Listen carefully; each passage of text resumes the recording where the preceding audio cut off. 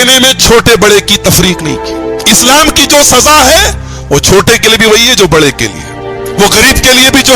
واللاتی یأتین الفاحشۃ من نسائکم فاستشہدوا علیہن اربعۃ منکم, اور تمہاری بیویوں میں سے جو بدکاری کریں تو تم ان کے اوپر 4 گواہ طلب کرو. فإن شہدوا, اگر وہ گواہی دے دیں, فأمسکوہن فی البیوت, تو ان عورتوں کو تم گھروں میں قید رکھو, حتی یتوفاہن الموت, یہاں تک کہ موت ان کی عمر پوری کر دے, او یجعل اللہ لہن سبیلا, یا اللہ تبارک و تعالیٰ ان کے لیے کوئی راہ نکال دے.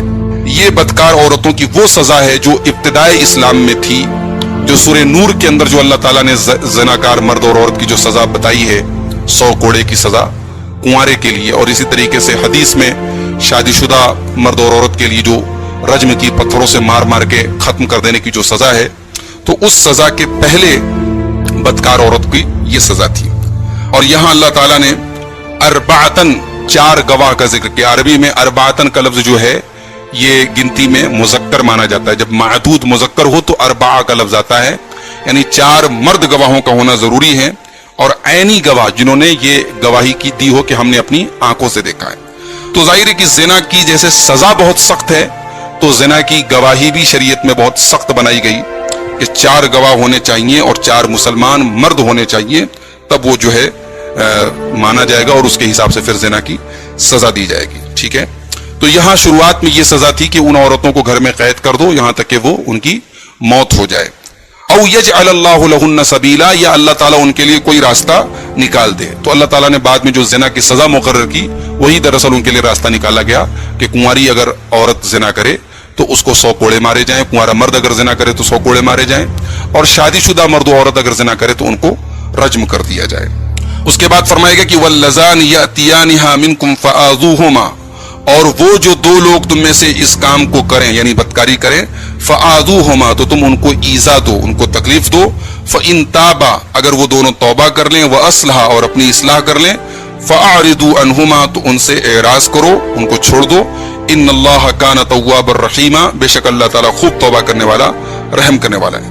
یہاں 2 لوگوں سے کون مراد ہے؟ بعض علماء نے اس سے اغلام بازی مراد لی ہے, یعنی مرد جو ہے مرد کے ساتھ تعلق قائم کرے, اور بعض علماء کہتے ہیں کہ اس سے باکرہ مرد اور عورت مراد ہیں, اور اس سے پہلے والی آیت جو ہے وہ شادی شدہ کے بارے میں ہے, یعنی شادی شدہ اور باکرہ مرد و عورت کے لیے زنا کی سزا جو بعد میں آئی, اس کے پہلے کنوارے کے لیے یہ سزا تھی, اور شادی شدہ کے لیے اس کے پہلے والی آیت میں سزا بتائی گئی. علامہ ابن جریر طبری نے اس کو راجح قرار دیا ہے کہ یہاں باکرہ مرد و عورت مراد ہیں, اور پہلی آیت میں جو ہے وہ شادی شدہ مرد و عورت کے لیے بیان کیا گیا ہے. تو پہلی والی آیت منسوخ ہے رجم کی سزا سے, اور یہ والی آیت منسوخ ہے سورہ نور کی اس آیت سے جس میں اللہ تعالیٰ نے زانی مرد اور عورت کو 100 کوڑے مارنے کا حکم دیا ہے. اس کے بعد فرمایا کہ انما التوبۃ علی اللہ للذین یعملون السوء بجہالۃ ثم یتوبون من قریب, اللہ تعالیٰ نے ان لوگوں کی توبہ کو اپنے ذمے قبول کرنے کی ذمہ داری لے لی ہے جو گناہ کریں نادانی میں آ کر کے, کبھی نادانی میں آ کر کے ان سے کوئی گناہ ہو گیا, ثم یتوبون من قریب, پھر وہ جلدی سے توبہ کر لیں, فاولئک یتوب اللہ علیہم, تو یہی وہ لوگ ہیں جن کی توبہ اللہ قبول فرماتا ہے. وکان اللہ علیما حکیما, اللہ تعالیٰ خوب جاننے والا اور حکمت والا ہے. ولیست التوبۃ للذین یعملون السیئات, توبہ اللہ تعالیٰ ان لوگوں کی قبول نہیں کرتا ہے جو گناہ پر گناہ کرتے رہتے ہیں.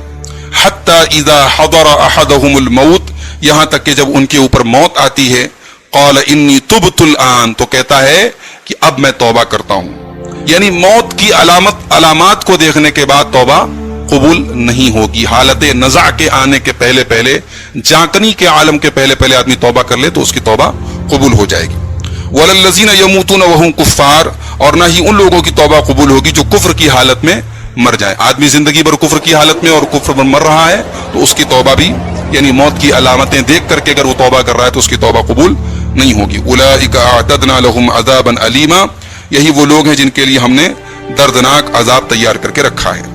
یا ایھا الذین آمنوا لا یحل لکم ان ترثوا النساء کرہا, اے ایمان والو تمہارے لیے جائز نہیں ہے کہ تم وراثت میں عورتوں کو لے بیٹھو زبردستی.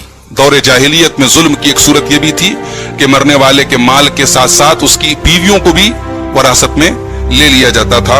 यहां तक कि सौतेला बेटा जो होता था वो अपनी बाप की बीवी को, सौतेली माँ को वरासत में ले लेता था और उसको जो है या तो उससे शादी कर लेता था या कहीं शादी होने नहीं देता था। इस तरीके से जुल्म की सूरतें थी। तो अल्लाह ताला ने कहा कि तुम्हारे लिए जायज नहीं है कि तुम औरतों को वर्षे में ले बैठो जबरदस्ती करते हुए। वला तादुलूहुन्ना, और तुम हरगिज औरतों को रोक करके मत रखो, लितज़हबू बिबादि मा आतैतुमूहुन्ना, ताकि तुम छीन लो बाज वो चीजें जो तुमने उनको दे रखी हैं। यानी महर, जो बीवी को शौहर महर देता है, महर को हड़पने के लिए ये सूरत भी दौर जाहिलियत में अपनाई जाती थी कि अगर शौहर बीवी के साथ रहना नहीं चाहता था तो तलाक नहीं देता था, बल्कि उसको इतना सताता था, इतनी तकलीफ देता था कि औरत अपना हक महर माफ कर ले और उससे अलग हो जाए। तो हक महर माफ करके औरत जो अलग होती है, जिसको शरीयत ने खुला करार दिया है, उसकी जायज सूरत है। लेकिन बिला वजह शौहर जुल्म करे बीवी पर ताकि बीवी खुला ले ले, ये जायज नहीं है। वला तादुलूहुन्ना लितज़हबू बिबादि मा आतैतुमूहुन्ना, और उन औरतों को रोक के न रखो ताकि तुम ले लो बाज वो चीजें जो तुमने उनको दे रखी हैं। इल्ला अन यअतीना बिफाहिशतिन मुबय्यिना, इल्ला ये कि वो औरतें खुली हुई बदकारी करें। अगर औरत बदकारी कर रही है या शौहर की नाफरमानी कर रही है, शौहर की बात नहीं मान रही है, तो ऐसी सूरत में शौहर अपना सुलूक ऐसा कर सकता है कि बीवी तंग आकर के उससे अलहदगी इख्तियार कर ले। ये बदकारी और नाफरमानी दो सूरतों में अल्लाह ताला ने ये इजाजत दी है। उसके बाद फरमाएगा कि वआशिरूहुन्ना बिल मारूफ, अपनी औरतों के साथ भलाई के साथ जिंदगी गुजारो, बेहतरीन तरीके से उनके साथ जिंदगी गुजारो। फ़इन करिहतुमूहुन्ना, अगर तुम उनको नापसंद करोगे, फ़असा अन तकरहू शैआ, तो हो सकता है कि तुम किसी चीज को नापसंद करो। वयजअलल्लाहु फीही खैरन कसीरा, और अल्लाह ताला उसके अंदर बहुत ज्यादा भलाई रखे। ये बड़ी अहम तालीम दी गई बीवियों के साथ हुस्न मुआशरत की, बेहतरीन तरीके से उनके साथ जिंदगी गुजारने की। इसी बात को प्यारे नबी सल्लल्लाहु अलैहि वसल्लम ने इस तरीके से बयान फरमाया। सही मुस्लिम की 1467 नंबर की हदीस है, ला यफरक मुमिनुन मुमिनतन, कोई भी मोमिन मर्द अपनी औरत से अलग ना हो। इन करिह मिन्हा खुल्कन रदिया मिन्हा आखर, अगर उसकी कोई आदत उसको नापसंद है तो जरूर कोई ना कोई आदत उसको अच्छी लग रही होगी। मतलब यह है कि अगर बेहयाई और नाफरमानी के अलावा औरत के अंदर कुछ कोताहियां हैं तो जल्दबाजी करते हुए उससे अलग ना हो जाओ, उसको तलाक ना दे दो, बल्कि सब्र और बर्दाश्त से काम लो। हो सकता है कि अल्लाह ताला उसमें तुम्हारे लिए बहुत सारी भलाइयों को पैदा फरमा दे। वइन अरदतुम इस्तिबदाल ज़ौजिन मकान ज़ौजिन व आतैतुम इहदाहुन्ना क़िंतारन फला तअख़ुज़ू मिन्हु शैआ, और अगर तुम इरादा करो एक बीवी की जगह दूसरी बीवी को लाने की, दूसरा निकाह करना चाहते हो, उस बीवी को छोड़ना चाहते हो, व आतैतुम इहदाहुन्ना क़िंतारा, और तुमने अपनी बीवियों में से उस बीवी को एक खजाना भी दे दिया है महर में, फला तअख़ुज़ू मिन्हु शैआ, तो उसमें से कुछ भी मत लो। यानी जब खुद से तलाक दे रहे हो तो बीवी से महर में से कुछ भी मांगना या लेना ये तुम्हारे लिए जायज नहीं है, सख्ती से रोका गया। क़िंतार बोलते हैं खजाने को। इससे एक बात ये भी पता चली कि महर की कोई लिमिट नहीं है, महर ज्यादा भी दिया जा सकता है। ठीक है, तो फरमाएगा कि फला तअख़ुज़ू मिन्हु शैआ, तुम उसमें से कुछ मत लो। अतख़ुज़ूनहु बुहतानन व इत्मम मुबीना, क्या तुम उसको बुहतान बांधते हुए और खुला हुआ गुनाह करते हुए लोगे? यानी ये तुम खुद से तलाक दे रहे हो तो तुम किस मुंह से उस बीवी से महर मांग रहे हो? वकैफ़ तअख़ुज़ूनहु वक़द अफ़ज़ा बअदुकुम इला बअदिन व अख़ज़ना मिनकुम मीसाक़न गलीज़ा, और कैसे तुम उस महर को ले सकते हो तुम लोग जबकि तुम एक दूसरे से तुम मिल चुके हो, तुम बीवी से अपने मिल चुके हो और उससे फायदा उठा चुके हो। अख़ज़ना मिनकुम मीसाक़न गलीज़ा, और उन बीवियों ने तुम्हारी तरफ से एक मजबूत अहदो पैमान लिया है। यानी जब तुमने निकाह किया तो अपने एग्रीमेंट और अहदो पैमान में तुमने उनको ले लिया, अब फिर वो महर तुम उनसे वापस ले रहे हो, ये तुम्हारे लिए जायज नहीं है। अब उसके बाद आयत नंबर 22 और 23 जो चौथे पारे की आखिरी आयतें हैं सूरह निसा की, इन दो आयतों में अल्लाह ताला ने मुहर्रमात का जिक्र किया है, जिन औरतों से निकाह करना हराम है। फरमाया कि वला तनकिहू मा नकहा आबाउकुम मिनन निसाई इल्ला मा क़द सलफ, और उन औरतों से निकाह न करो जिन औरतों से तुम्हारे वालिद ने, तुम्हारे बाप ने निकाह किया है। दौर जाहिलियत में एक दस्तूर ये भी था कि लोग अपनी सौतेली माओं से निकाह कर लेते थे, तो अल्लाह ताला ने सख्ती से रोका कि इन इल्ला मा क़द सलफ, अब तक जो गुजर गया सो गुजर गया, लेकिन अब आइंदा से ऐसा कोई निकाह न करना। इन्नहु काना फाहिशतन व मक़तन व साअ सबीला, ये बहुत बड़ा बेहयाई का काम है, अल्लाह को नाराज करने वाला काम है और बहुत ही बुरा रास्ता है। बाप की मनकूहा से बेटा निकाह नहीं कर सकता। बाप ने अगरचे भी उस बीवी से मुलाकात भी न की हो, यानी फिजिकल रिलेशनशिप भी ना हुआ हो, सिर्फ अक्द हुआ हो, निकाह हुआ हो, तो भी वो बेटा उस औरत से निकाह नहीं कर सकता है।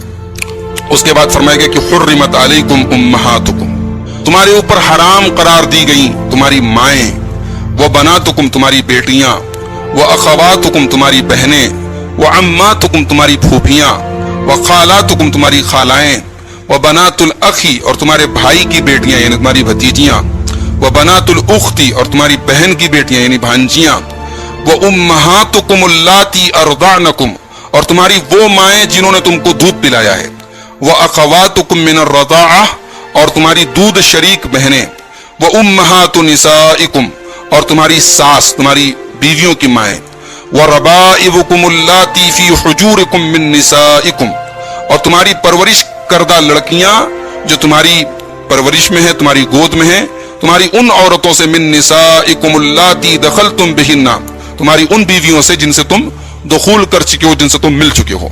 फ़इन लम तकूनु दखलतुम बिहिन्ना, अगर तुमने उनसे दुखूल नहीं किया है, उन औरतों से सिर्फ निकाह हुआ है और निकाह के बाद तलाक हो गई, फला जुनाहा अलैकुम, तो फिर उस औरत की बेटी से तुम निकाह कर सकते हो, कोई हरज की कोई गुनाह की बात नहीं है। व हलाइलु अबनाइकुम अल्लज़ीना मिन अस्लाबिकुम और तुम्हारे उन बेटों की बीवियां जो तुम्हारे सगे सुलभी बेटे हैं, तुम्हारे अपने बेटे जो हैं उनकी बीवियों से तुम निकाह नहीं कर सकते। व अन तजमउ बैनल उख्तैन और दो बहनों का जमा करना, ये तमाम चीजें तुम्हारे लिए हराम करार दी गई, इल्ला मा कद सलब, सिवाय उसके जो अब तक गुजर चुका। इन्नल्लाह कान गफूरर रहीमा, बेशक अल्लाह ताला खूब बख्शने वाला रहम करने वाला। अब यहाँ अल्लाह ताला ने सबसे पहले 7 मुहर्रमात का जिक्र किया। माएँ हैं और इसी तरीके से बेटियां हैं, बहनें हैं, फूफियां हैं, खालाएं हैं, भतीजी हैं, भांजी हैं, ये आपके हो गए नसबी मुहर्रमात में से जो नसब से हराम है। उसके बाद रज़ात में से भी जो है 7 मुहर्रमात हैं। रज़ाई माएँ हैं, रज़ाई बेटियां हैं, रज़ाई बहनें हैं, रज़ाई फूफियां हैं, रज़ाई खाला है, रज़ाई भांजी है, रज़ाई भतीजी है। ससुराली रिश्तों में 4 रिश्तों का जिक्र किया गया। सास हराम है, बीवी की जो माँ है। रबायब हराम है, यानी जिस औरत से तुमने निकाह किया और उससे मिल चुके हो तो उसकी जो दूसरे शौहर से जो बेटियां हैं उन बेटियों से तुम्हारा निकाह हराम है। और इसी तरीके से बहू से हराम है और 2 सगी बहनों को जमा करना हराम है। तो यहाँ सबसे पहली बात तो ये याद रखी जाए कि माओ जो कहा गया, तो माओ में जो ऊपर उनके माओ की माएँ हैं या उनकी माँ है, नानी है, पर नानी वगैरह है, वो सब उसमें शामिल हैं। इसी तरीके से बाप की जो माएँ हैं और उनके ऊपर की दादी हो गई, परदादी हो गई, वो सब की सब इसमें शामिल हैं। बेटियों में बेटी भी शामिल है और बेटी की बेटी भी शामिल है और बेटे की बेटी भी शामिल है, पोतियां हैं, नवासियां हैं, सब शामिल है उसमें, ठीक है, पूरा नीचे तक शामिल है। बहनों में चाहे वो आपकी सगी बहनें हों, चाहे वो अखियाफी हों, माँ एक है बाप अलग अलग हैं, या अल्लाती हों, बाप एक है माँ अलग अलग है, हर किस्म की बहनें आपके लिए हराम हैं। फूफियां यानी बाप की बहनें हों, चाहे दादा की बहनें हों, चाहे और ऊपर चले जाइए। इसी तरीके से खालाएं हैं यानी माँ की जितनी बहनें हैं, चाहे माँ की बहन हो, चाहे दादी की बहन हो, चाहे नानी की बहन हो, वो सब आपकी खालाओं में आ जाएगी, वो सब की सब हराम है उनसे रिश्ता करना, निकाह करना। भतीजियों में तीनों किस्म के भाई, चाहे सगे भाई की बेटियां हों, चाहे अल्लाती भाई की बेटियां हों, चाहे अखियाफी भाई की बेटियां हों, सारी बेटियां आपके लिए महरम हैं।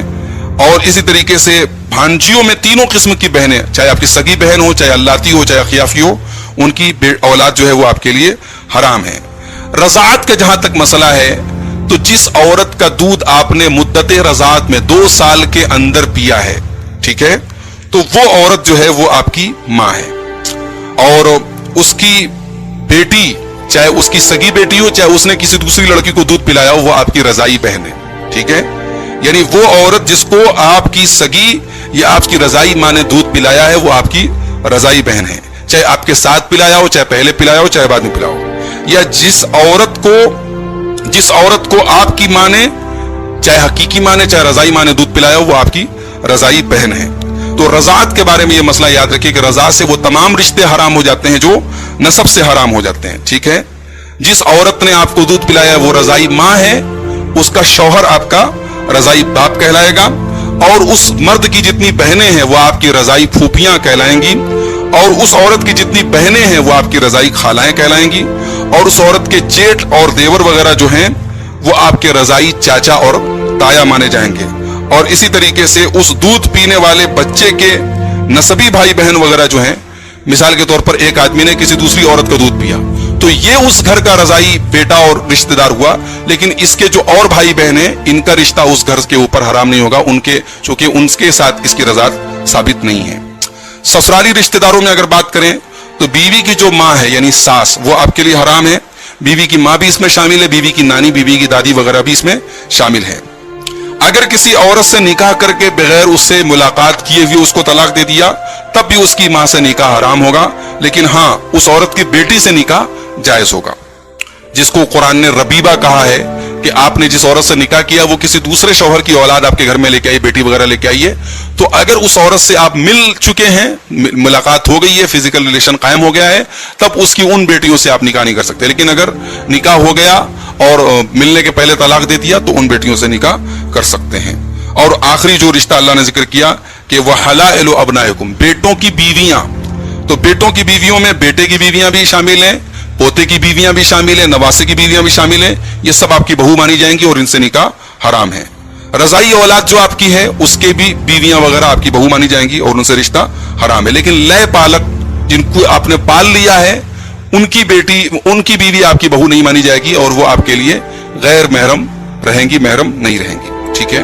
تو یہ تفصیلات اللہ تعالیٰ نے سورہ نساء کی یہ جو آخری دو آیتیں ہیں، معاف کیجیے چوتھے پارے کی جو آخری دو آیتیں ہیں، آیت نمبر 22 اور 23، اس میں اللہ تعالیٰ نے بیان کی ہیں اور اسی کے اوپر چوتھا پارہ ختم ہوتا ہے۔ اب آئیے دیکھتے ہیں کہ ان آیات میں سورہ نساء کی آیت نمبر 15 سے لے کر کے 23 تک ہم لوگوں نے اہم باتیں کیا سیکھی ہیں۔ سب سے پہلی بات تو یہ پتہ لگا کہ زنا جو ہے اس کو اللہ تعالیٰ نے فاحشہ کا لفظ اس کے لیے استعمال کیا، یعنی یہ بڑا ہی گندا اور بڑا ہی برا کام ہے، اور اللہ تعالیٰ نے زنا کی سزا یہاں بیان کی شادی شدہ عورت کی، جو پہلے اسلام کے شروع میں تھی اور بعد میں اللہ تعالیٰ نے اس کو منسوخ کیا سورہ نور کی آیت نازل کر کے اور رجم کا حکم نازل فرما کر کے۔ ایک چیز یہ پتہ چلی کہ جس توبہ کو اللہ تعالیٰ قبول کرتا ہے وہ توبہ یہ ہے کہ گناہ کبھی نادانی میں ہو جائے اور آدمی جلدی سے توبہ کر لے، گناہ پر گناہ کرے اور آدمی گناہ پر ڈٹا رہے، ایسی توبہ کو اللہ تعالیٰ قبول نہیں کرتا ہے۔ اور ایک بات یہ بھی پتہ چلی کہ جو لوگ توبہ کو ٹالتے رہتے ہیں ان کے بارے میں ڈر ہے کہ ایک دن ایسا آ جائے گا کہ وہ توبہ کریں گے مگر ان کی توبہ قبول نہیں ہوگی، اور وہ کون سا وقت ہے؟ وہ موت کا وقت ہے، وہ حالت نزع ہے، وہ چانکنی کا عالم ہے، جس کے بارے میں پیارے نبی صلی اللہ علیہ وسلم فرمایا، ترمذی اور مسند احمد کی روایت ہے کہ ان اللہ یقبل توبۃ العبد ما لم یغرغر، اللہ تعالیٰ بندے کی توبہ قبول کرتا ہے جب تک غرغرہ نہ آ جائے، یعنی بالکل سانس کے رکنے کا اور روح کے نکلنے کا ٹائم نہ آ جائے۔ ایک بات یہ بھی پتہ چلی کہ کافر آدمی اگر اپنے ایمان لانے کی توبہ کرے لیکن موت کی علامتوں کو دیکھ کے توبہ کرے تو اس کی توبہ بھی اللہ تعالیٰ کے قبول نہیں ہوگی۔ دور جاہلیت کی اس بری رسم کا خاتمہ کر دیا گیا جس میں ایک بیٹا اپنے باپ کی منکوہا سے، اپنی سوتیلی ماں سے شادی کر لیتا تھا اور اس کا وارث بن بیٹھتا تھا۔ اللہ تعالیٰ نے اس رسم کو ختم کیا اور اس کو ناجائز اور حرام قرار دیا گیا۔ اور عورت پر ایک ظلم ہوتا تھا کہ اس کو اس کے مہر کو دبانے کے لیے اس کو تکلیف دی جاتی تھی تاکہ وہ اپنا مہر معاف کر کے الگ ہو جائے، اس ظلم سے بھی روکا گیا اور ایک تعلیم دی گئی کہ کمزور پر ظلم مت کرو، اور کمزور میں عورت بھی شامل ہے۔ اسی طریقے سے مہر کے بارے میں ایک بات پتہ چلی کہ مہر بھاری بھرکم بھی ہو سکتا ہے، قنطار بھی ہو سکتا ہے، خزانہ بھی ہو سکتا ہے، مگر ہلکا مہر ہو تو اس میں برکت زیادہ ہوتی ہے۔ ایک چیز یہ پتہ چلی کہ جاہلیت میں جتنے طریقے کے نکاح ہوتے تھے وہ سب کے سب نکاح حرام ہے سوائے ان نکاح کے جن کو اسلام نے برقرار رکھا ہے۔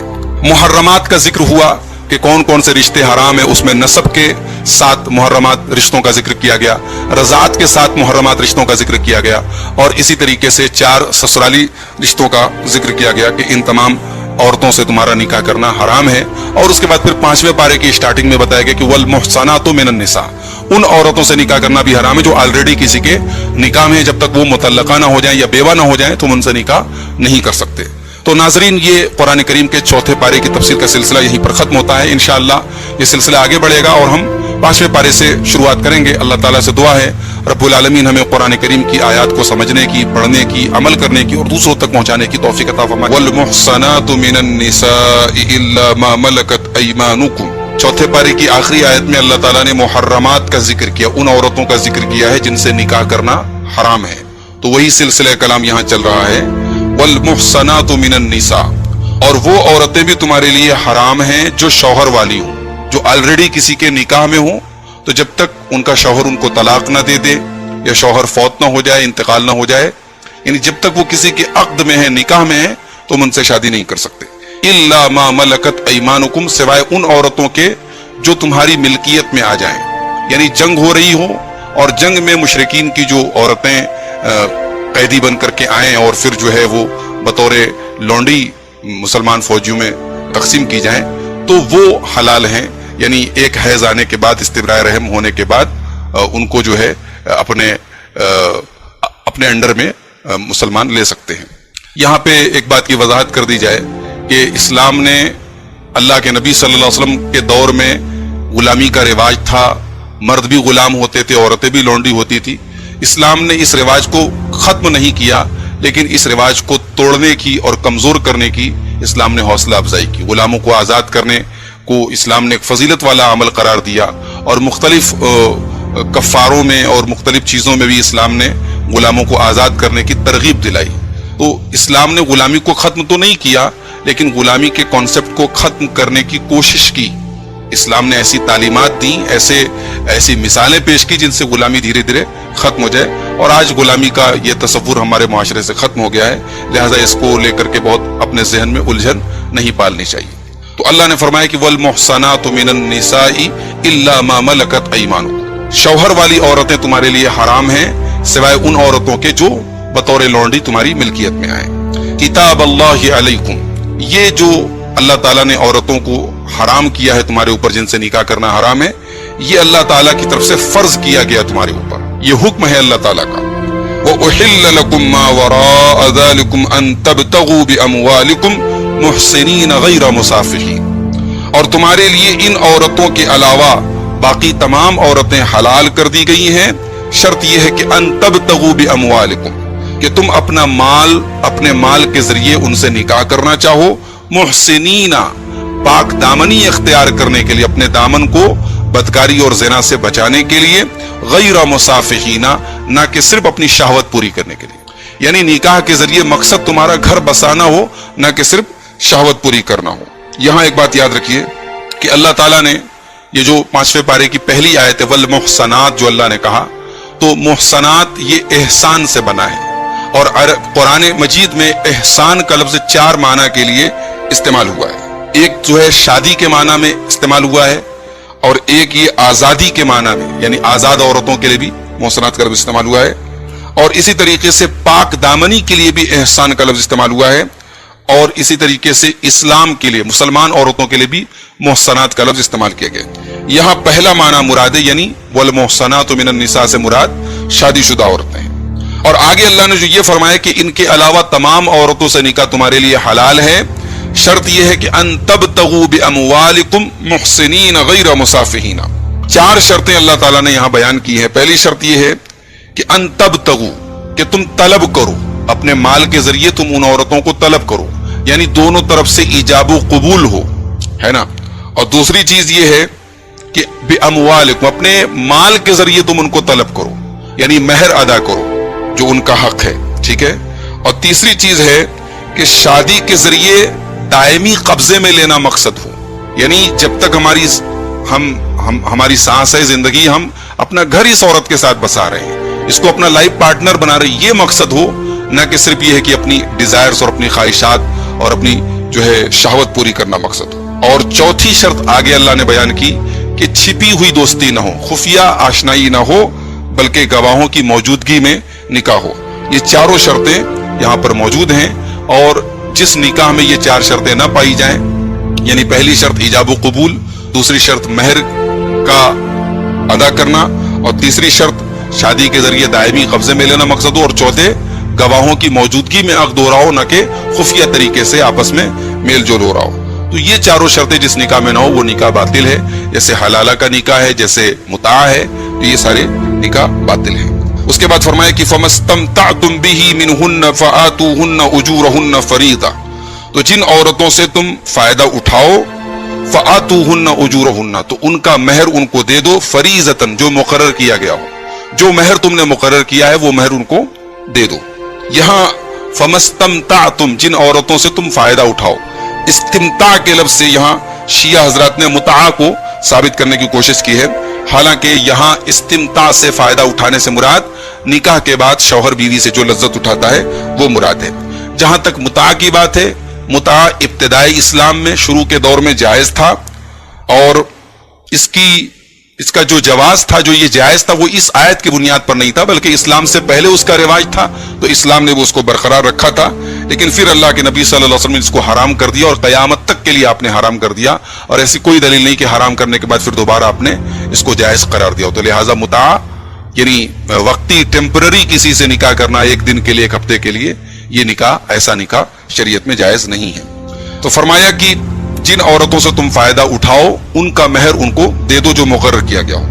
وَلَا جُنَاحَ عَلَيْكُمْ فِي مَا تَرَاضَيْتُمْ بِهِ مِنْ بَعْدِ الْفَرِيضَةِ، اور تمہارے اوپر کوئی گناہ نہیں ہے جو تم آپس میں رضامندی سے طے کر لو مہر کو مقرر کرنے کے بعد. یعنی مہر مقرر ہو گیا، اب آپس میں رضامندی سے بیوی نے اپنا کچھ حق مہر معاف کر دیا یا پورا حق مہر معاف کر دیا، وہ آپس کی رضامندی سے اگر کچھ طے کر لیا جائے تو اس میں کوئی حرج کی بات نہیں ہے. ان اللہ کان علیما حکیما، بے شک اللہ تعالیٰ سب کچھ جاننے والا اور حکمت والا ہے. اس کے بعد فرمایا کہ وَمَن لَّمْ يَسْتَطِعْ مِنكُمْ طَوْلًا أَن يَنكِحَ الْمُحْصَنَاتِ الْمُؤْمِنَاتِ فَمِمَّا مَلَكَتْ أَيْمَانُكُم مِّن فَتَيَاتِكُمُ الْمُؤْمِنَاتِ، اور تم میں سے جو اس بات کی طاقت نہ رکھتا ہو کہ وہ آزاد مومن عورتوں سے نکاح کرے، آزاد مومنہ عورتوں سے نکاح کرنے کی اگر کسی کے پاس طاقت نہ ہو، فَمِمَّا مَلَكَتْ أَيْمَانُكُم، تو پھر وہ ان عورتوں سے شادی کر لے، من فتياتكم المؤمنات، تمہاری مومن لونڈیوں میں سے جو تمہارے قبضے میں آ جائیں. یعنی اگر آزاد عورت سے نکاح کرنے کی اور اس کا مہر دینے کی طاقت نہیں ہے تو کسی لونڈی سے وہ نکاح کر لے، اس کو اپنے عقد میں لے لے. واللہ اعلم بایمانکم، اللہ تبارک و تعالیٰ تمہارے ایمان کے بارے میں خوب جانتا ہے. بعضکم من بعض، تم ایک دوسرے سے ہو، تم میں سے بعض کا حصہ ہے، تم ایک دوسرے سے ہو. فَانْكِحُوهُنَّ بِإِذْنِ أَهْلِهِنَّ وَآتُوهُنَّ أُجُورَهُنَّ بِالْمَعْرُوفِ، لہٰذا ان لونڈیوں سے تم نکاح کرو ان کے مالکوں کی اجازت سے. وَآتُوهُنَّ أُجُورَهُنَّ بِالْمَعْرُوفِ، اور ان کا مہر ان کو دستور کے مطابق دو. محصنات، اور اس نکاح کے ذریعے ان لونڈیوں کا مقصد بھی پاک دامنی اختیار کرنا ہو. غیر مصافحات ولا متخذات اخدان، نہ تو وہ بدکاری کرنے والی ہوں اور نہ ہی چھپ کر کے خفیہ طریقے سے، سیکرٹ طریقے سے کسی طریقے کا ریلیشن رکھنے والی ہوں. فَإِذَا أُحْصِنَّ، پھر جب یہ عورتیں نکاح میں آ جائیں، یعنی یہ لونڈیاں جو ہیں یہ تمہارے نکاح میں آ جائیں. فَإِنْ أَتَيْنَ بِفَاحِشَةٍ، پھر اگر یہ کوئی فحش کام کریں، کوئی بدکاری کا کام کریں، زنا کریں، فَعَلَيْهِنَّ نِصْفُ مَا عَلَى الْمُحْصَنَاتِ مِنَ الْعَذَابِ، تو ان کے اوپر، آزاد عورتوں کے اوپر جو سزا ہے زنا کی، اس کی آدھی سزا ہے. یعنی کہ اگر لونڈیاں اگر زنا کریں تو ان کو 100 کوڑے کے بجائے 50 کوڑے مارے جائیں گے. اور آیت سے یہ بھی معلوم ہوا کہ ان کے حق میں رجم کی سزا نہیں ہے. جو آزاد شادی شدہ عورت اگر زنا کرے تو اس کو پتھروں سے مار مار کے ختم کرنے کی جو سزا ہے وہ لونڈیوں کے لیے نہیں ہے. ہاں اگر کوئی غیر شادی شدہ لونڈی زنا کرے گی تو اس کو تعزیری سزا دی جائے گی. یعنی حاکم جو ہوگا، عدالت کا جو جج ہوگا اسلامی عدالت کا، وہ اپنے حساب سے اس کو سزا دے گا. اور شادی شدہ اگر لونڈی اگر زنا کرے گی تو اس کو 50 کوڑے مارے جائیں گے.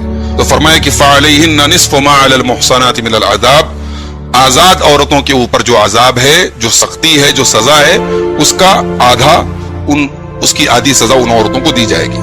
ذَلِكَ لِمَنْ خَشِيَ الْعَنَتَ مِنْكُمْ، لونڈیوں سے نکاح کرنے کی جو اجازت دی گئی یہ اس کو دی گئی جس کو تم میں سے گناہ کرنے کا ڈر ہو کہ اگر اس کا نکاح صحیح وقت پر نہیں ہوا تو وہ گناہ کر بیٹھے گا.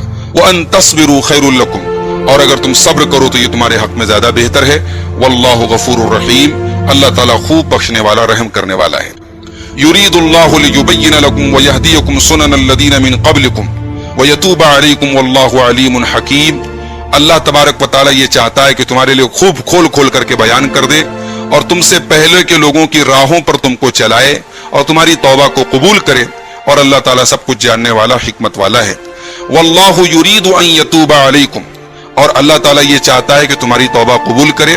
ویرید الذین یتبعون الشہوات ان تمیلوا میلا عظیما، اور جو لوگ شہوتوں کی پیروی کرتے ہیں، خواہشات کے پیچھے بھاگتے ہیں، وہ یہ چاہتے ہیں کہ تم اس سے دور ہٹ جاؤ، اللہ تعالیٰ کے دین سے دور ہٹ جاؤ. یرید اللہ ان یخفف عنکم، اللہ تعالیٰ تو یہ چاہتا ہے کہ وہ تم سے، تمہارے اوپر تخفیف کرے، تمہارے اوپر آسانی کرے. وَخُلِقَ الْإِنسَانُ ضَعِيفًا، اور انسان بہت کمزور پیدا کیا گیا.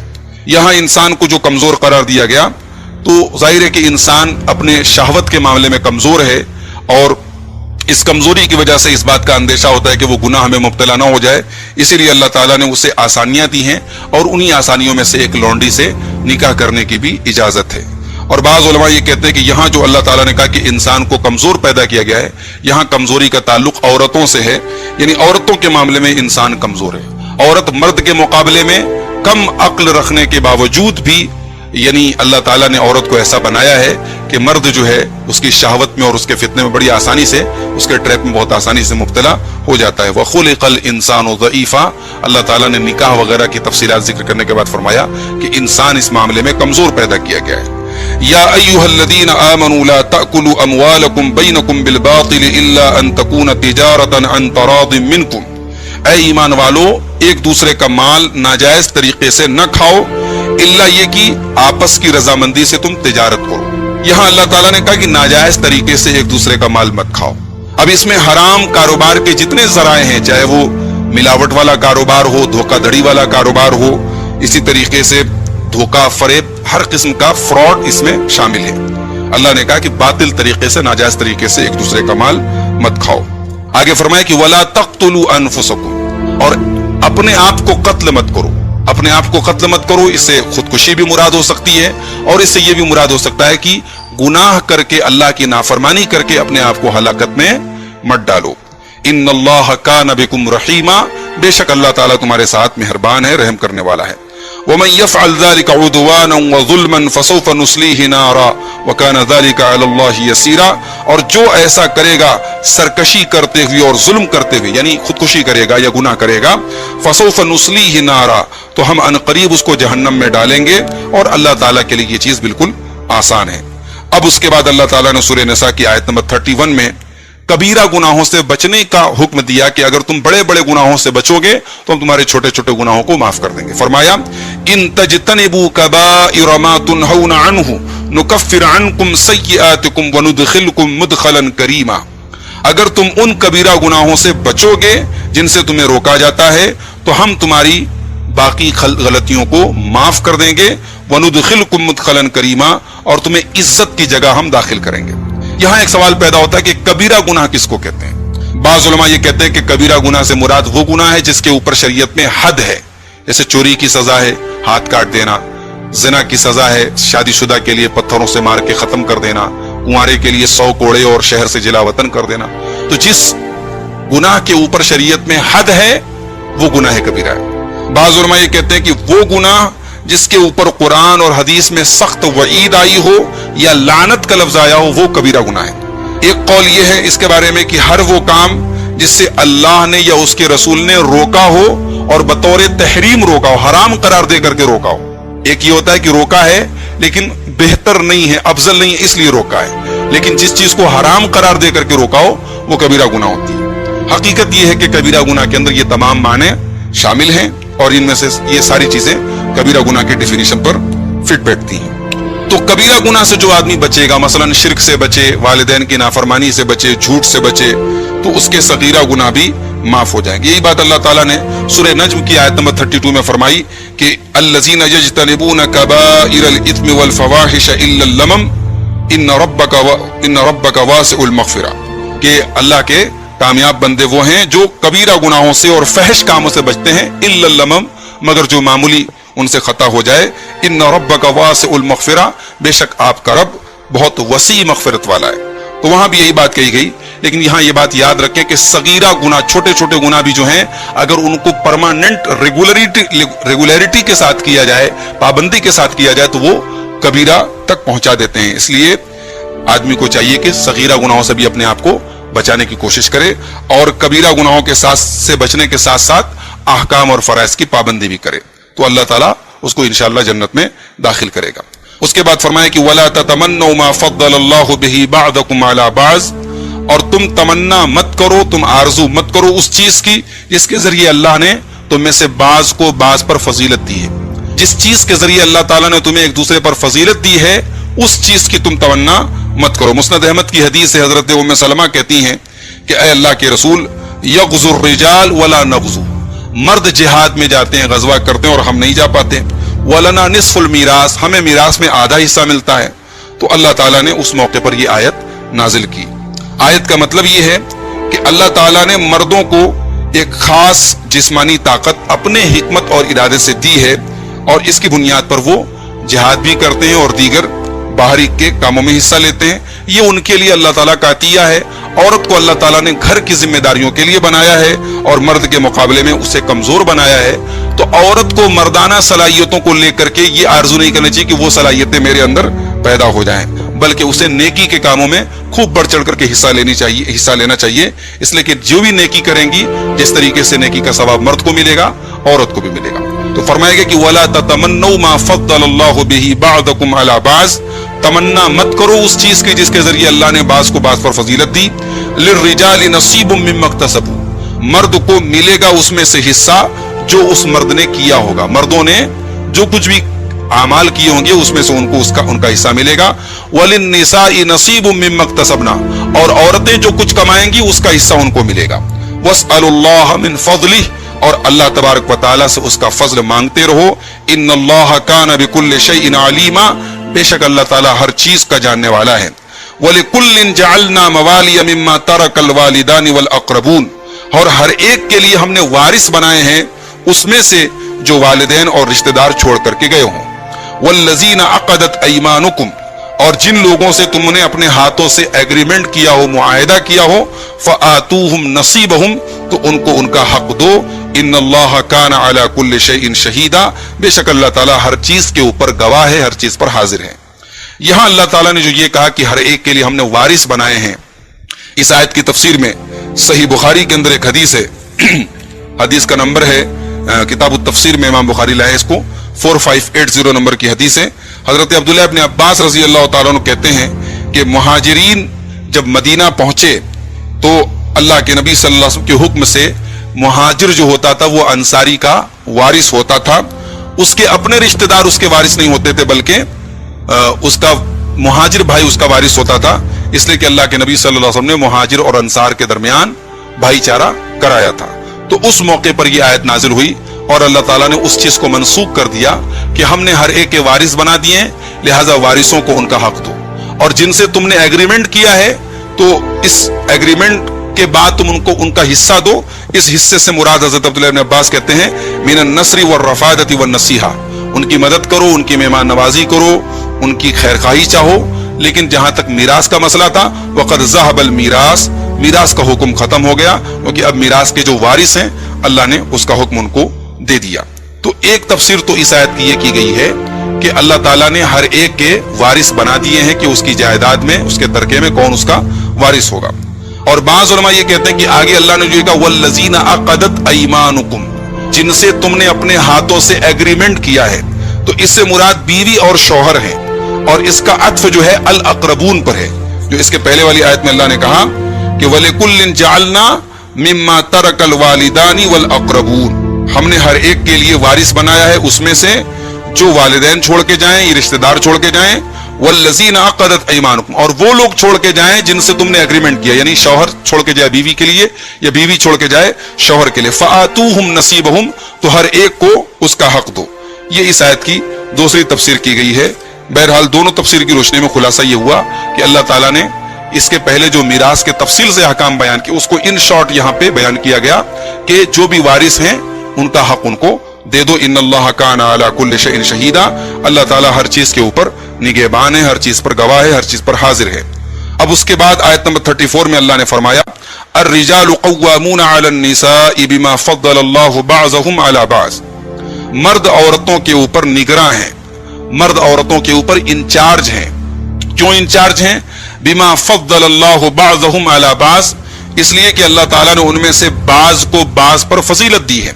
व बिमा अनफ़क़ू मिन अमवालिहिम, और इसलिए कि मर्द अपने माल में से खर्च करते हैं। अल्लाह ताला ने इस आयत में मर्द को औरत का कव्वाम बताया है, औरत का जिम्मेदार बताया, औरत का निगरां और इंचार्ज बताया। और उसकी दो वजह अल्लाह ने बताई। एक तो फितरी है, वह भी है, यानी अल्लाह ताला ने औरत के मुकाबले में मर्द को मजबूत बनाया है, दिमागी एतबार से भी और जिस्मानी एतबार से भी।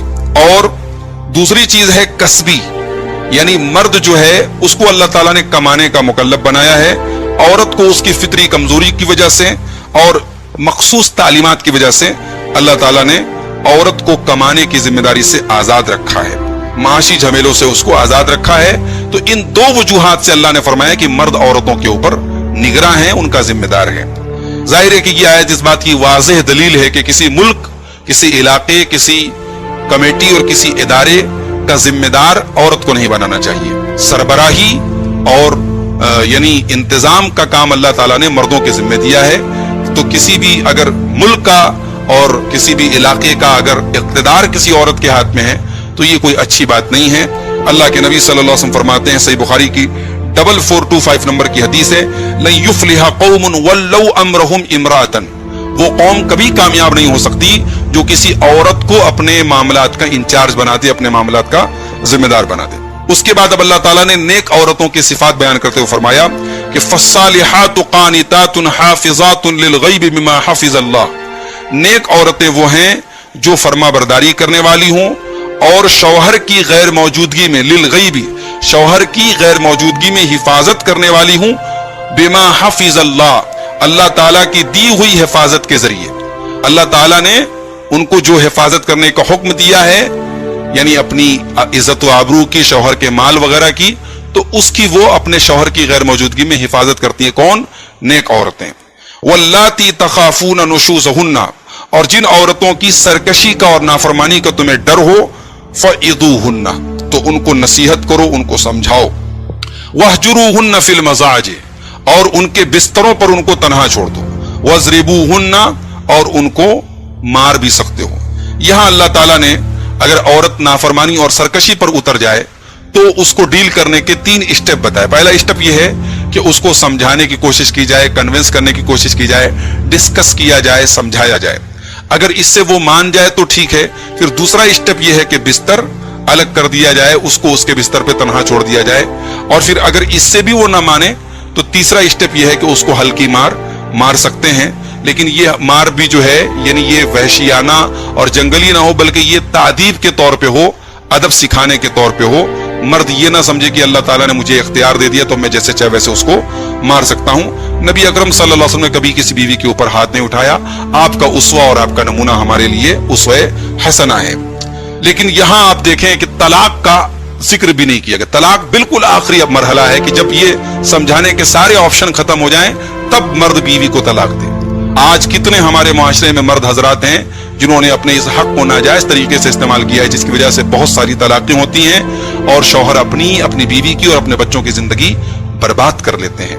अल्लाह ताला ने यहाँ औरत की नाफरमानी को यानी 3 अलग अलग स्टेप में डील करने का हुक्म दिया। उनको समझाओ, उनको बिस्तरों पर तन्हा छोड़ दो। वज़रिबूहुन्ना, और अगर इन सब से ना माने तो उनको मार सकते हो। फ़इन अताअनकुम, फिर अगर वो तुम्हारी इताअत करने लगे, रास्ते पर आ जाएं, बात मान लें, फला तबगू अलैहिन्ना सबीला, तो फिर उनके खिलाफ कार्रवाई करने का कोई रास्ता तलाश मत करो। इन्नल्लाह काना अलिय्यन कबीरा, बेशक अल्लाह ताला बुलंद है और सबसे बड़ा है, सबसे ऊपर है और सबसे बड़ा है।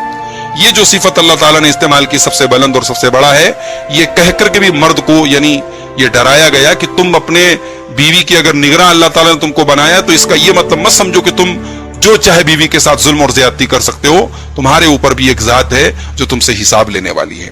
व इन खिफ्तुम शिकाक बैनिहिमा फबअतू हकमम मिन अहलिही व हकमम मिन अहलिहा, और अगर तुम्हें मियाँ बीवी के दरमियान फूट पड़ने का डर हो, अंदेशा हो, तो शौहर के घर वालों में से एक मुंसिफ, एक जज को मुकर्रर कर दो और औरत के घर वालों में से एक आदमी को पंच मुकर्रर कर दो। इन युरीदा इस्लाहन युवफ़्फ़िक़िल्लाहु बैनहुमा, अगर ये दोनों इस्लाह करना चाहेंगे, मियाँ बीवी अगर सुलह करना चाहेंगे, अल्लाह ताला उनके दरमियान इत्तेफाक पैदा कर देगा। इन्नल्लाह काना अलीमन खबीरा, बेशक अल्लाह ताला सब कुछ जानने वाला और हर चीज की खबर रखने वाली। जाहिर है कि ये चौथा स्टेप है, यानी नसीहत भी करके देख लिया, बिस्तर अलग करके देख लिया, हल्की फुल्की मार भी मार के देख लिया, अभी भी मसला नहीं हल हो रहा है, तो अल्लाह ताला ने चौथा स्टेप बताया कि मियाँ और बीवी के दरमियान एक हकम बीवी के घर से, एक हकम शौहर के घर से बना लो, जज बना लो, पंच बना लो, और दोनों बैठ करके मामले को सलटाने की और सुलह करने की कोशिश करें। तो मुअज़्ज़ज़ नाज़रीन, ये सूरत निसा की आयत नंबर 35 तक आज मैंने आपके सामने पढ़ा है। तकरीबन 12 आयात आज मैंने पढ़ी हैं। इन 12 आयात में आइए देखते हैं अहम अहम चीजें और अहम अहम पॉइंट्स क्या आते हैं। پہلی چیز وہ احل لکم ما وراء ذالکم، اللہ نے فرمایا کہ محرمات کے علاوہ جن عورتوں کے سے نکاح کرنا حرام ہے ان کے علاوہ باقی تمام عورتوں سے نکاح کرنا حلال ہے.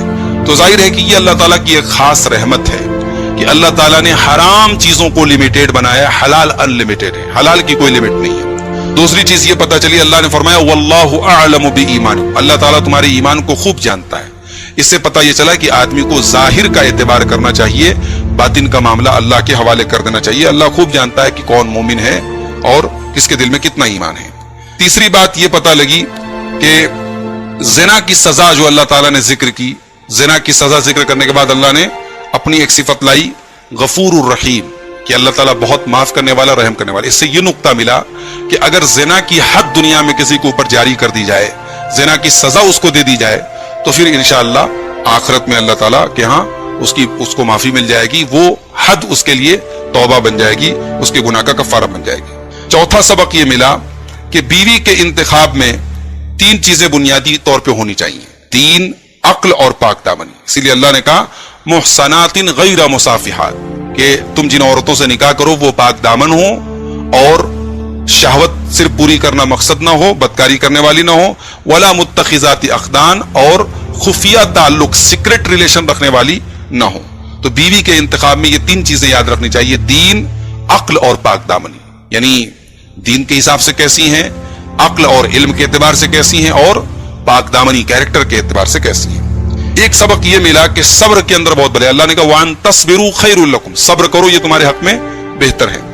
ایک سبق یہ ملا کہ رزق کو طلب کرنے کے لیے نکلنا، کاروبار کرنا، تجارت کرنا، یہ توکل کے خلاف نہیں، جیسا کہ بعض جاہل صوفیہ کا عقیدہ ہے. اللہ نے تجارت کرنے کا حکم دیا اور حرام طریقے سے مال کھانے سے ہمیں منع کیا ہے.